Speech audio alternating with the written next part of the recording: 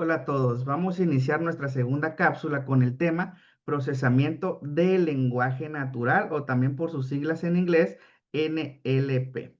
Muy bien, entonces, bueno, vamos a iniciar indicando que el lenguaje humano es inherentemente un desafío para la inteligencia artificial. Esto quiere decir que es ambiguo. Una palabra puede tener varios significados y entonces puede ser también confuso para la inteligencia artificial en algunos momentos.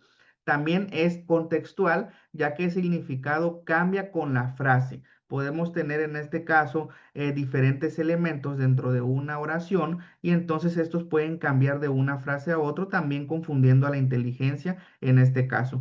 Y también está lleno de variaciones porque cada persona en sus países diferentes pueden tener significados para una sola palabra y que cambian de un lugar a otro o incluso dentro de un mismo país, de una ubicación a otra o dentro de las mismas personas pueden cambiar su lenguaje de diferentes maneras y esto también lleva a esta contextualidad y también a la ambigüedad. La meta entonces del procesamiento del lenguaje natural es traducir el lenguaje en estructuras de datos que las máquinas puedan procesar. Esto comienza con tareas básicas como la tokenización, que consiste en dividir el texto en palabras o unidades lógicas. También tenemos el análisis sintáctico, que se encarga de entender la estructura gramatical, y el análisis semántico, que se encarga de descifrar ese significado. Entonces, el éxito en estas tareas es lo que impulsa a los chatbots, a los asistentes virtuales y el análisis de sentimiento en redes sociales.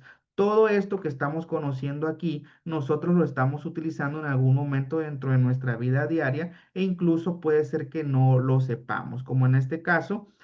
Son los, como ya comentaba, asistentes virtuales, puede ser Alexa, Cortana, Siri, también tenemos los chatbots cuando nosotros, no sé, reportamos alguna situación tal vez en Mercado Libre y entonces levantamos un reclamo. Aquí es donde se está utilizando el chatbot para guiarnos en cuanto a las diferentes transacciones y diferentes opciones que nos otorga la plataforma. Sí, y también algunos elementos que tienen que ver con redes sociales donde nosotros podemos entablar diferentes actividades y entonces todos estos rasgos se van analizando y posteriormente nos dan un resultado final.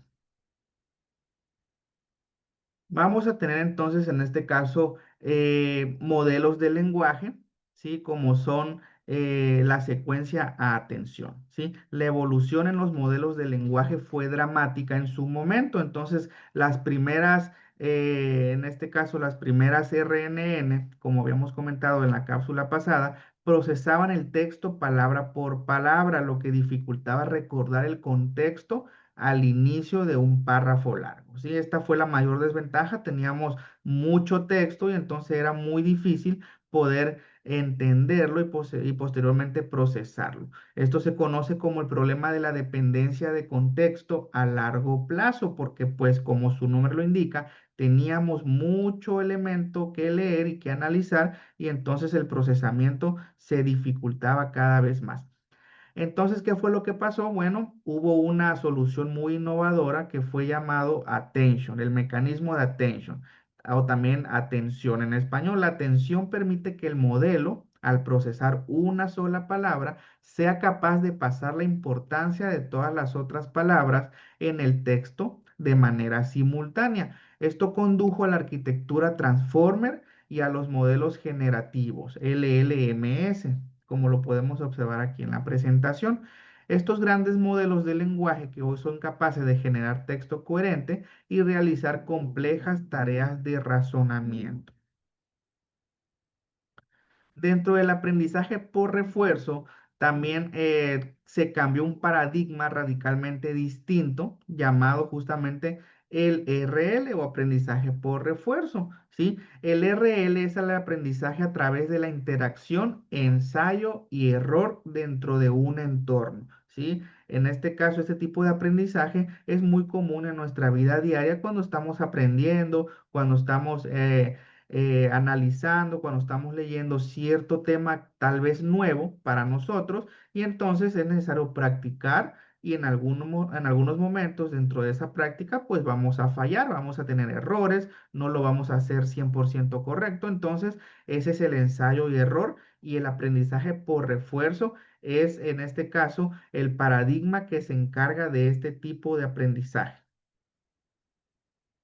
Entonces, ¿qué es lo que sucede con este tipo de aprendizaje? Un agente aprende a tomar acciones que lo mueven a través de estados del entorno, con el único objetivo de maximizar una recompensa acumulada en el tiempo, que es lo que podemos observar aquí en la presentación. Tenemos los elementos del RL, que es el agente, el entorno, la acción y la recompensa. La recompensa es la señal de feedback o de retroalimentación, que es crucial para indicarle a la gente si hizo un buen trabajo o no. Es como una retroalimentación dentro de nuestra universidad. Ustedes realizan una actividad que, en este caso, ustedes como estudiantes son el agente.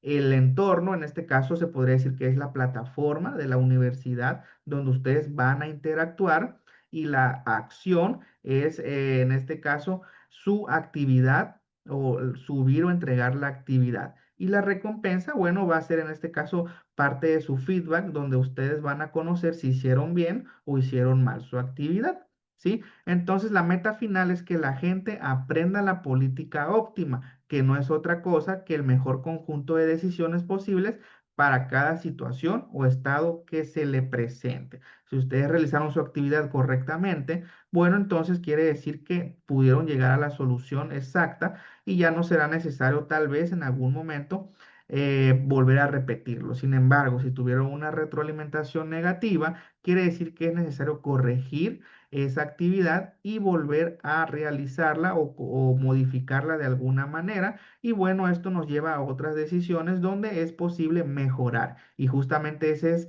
el ensayo y error. También tenemos el aprendizaje por refuerzo avanzado. En este caso, el salto de RL, perdón, tradicional al RL avanzado se produce al integrar redes neuronales profundas, que fue uno de los temas de la cápsula pasada. Esto nos va a permitir a nosotros dejar atrás el uso de tablas para almacenar el valor de los estados.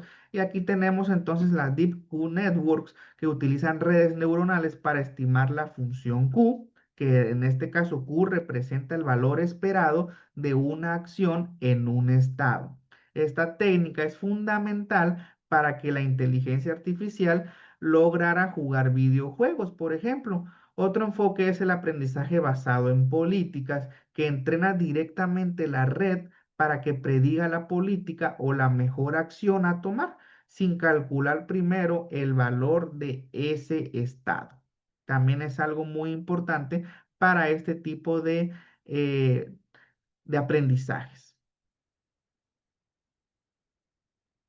También tenemos, en este caso, más específicamente, los métodos basados en política, que en este caso, como su nombre lo indica, ajustan directamente los parámetros de la red para aumentar la probabilidad de tomar acciones que han demostrado ser rentables a lo largo del tiempo o a largo plazo.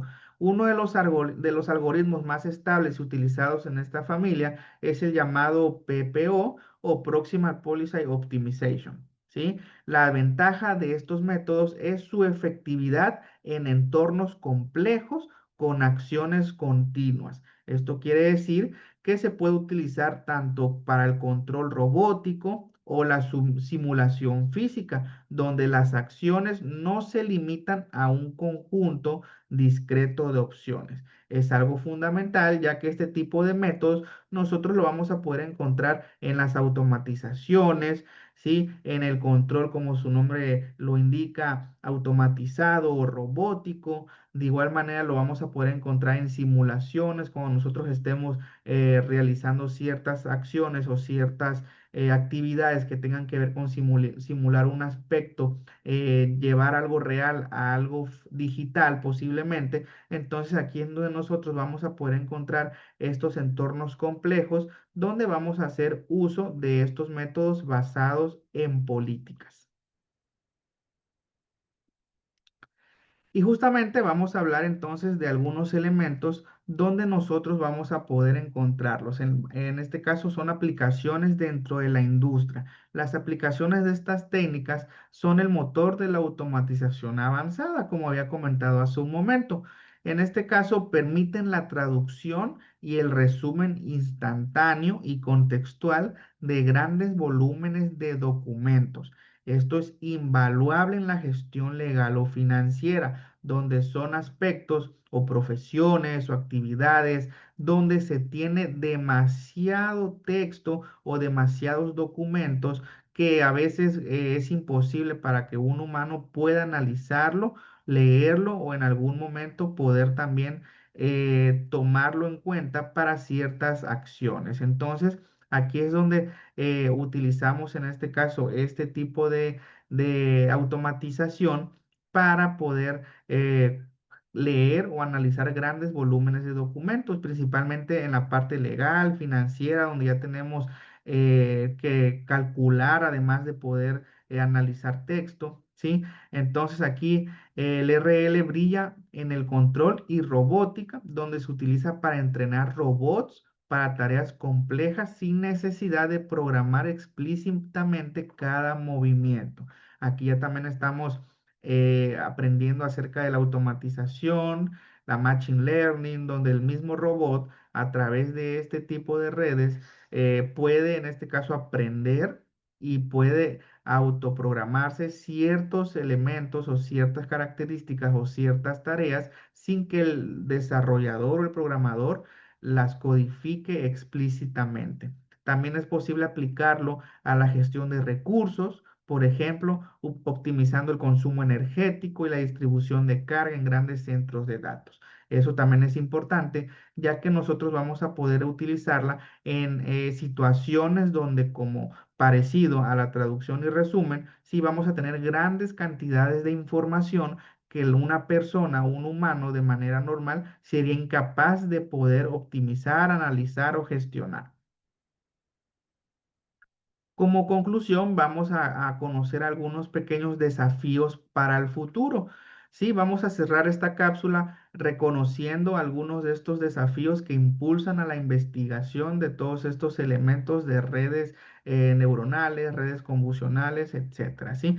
Los problemas claves son el coste de entrenamiento de estos modelos, ya que pueden ser gigantes. ¿Sí? Y obviamente al ser algo nuevo o al ser algo impulsado, por ciertas investigaciones, el costo puede ser muy alto. De igual manera, la mitigación del sesgo que inevitablemente heredan de los datos web con los que son entrenados. Entonces, para el RL, el desafío fundamental sigue siendo la exploración versus la explotación. Entonces, yo les tengo unas preguntas. ¿Cuánto debe la gente seguir lo que ya sabe que funciona? ¿Sí? A esto es la explotación. ¿Cuánto debe la gente seguir lo que ya sabe que funciona versus tomar riesgos probando nuevas acciones? Esto es la exploración para encontrar soluciones aún mejores o de una manera más sencilla para que se pueda entender ustedes en su área laboral, ya sea que se dediquen al área de TI o cualquier otra área, cualquier otra carrera, ¿sí? ¿Qué prefieren ustedes? ¿Seguir explotando lo que ya conocen, ¿sí? Dentro de su infraestructura? Vamos a irnos a la infraestructura de TI, ¿sí? Ustedes tienen una red inalámbrica que saben que funcionan, tienen Access Point, tienen en este caso una infraestructura Wi-Fi, más específicamente a la infraestructura de red inalámbrica. Saben que esos Access Point funcionan, saben que les proporciona red a todos los usuarios, etcétera.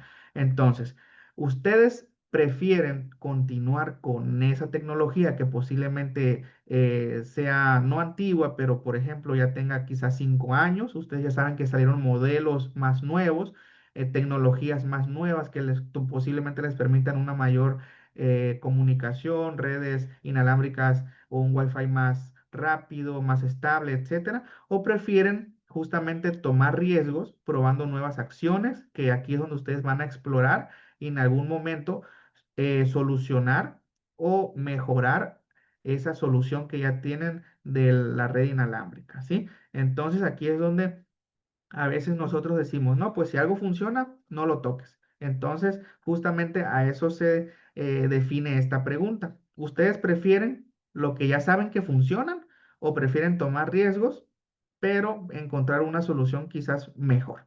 Entonces, de esto vamos a poder concluir justamente los desafíos de todo esto que estamos conociendo como ciencia de datos.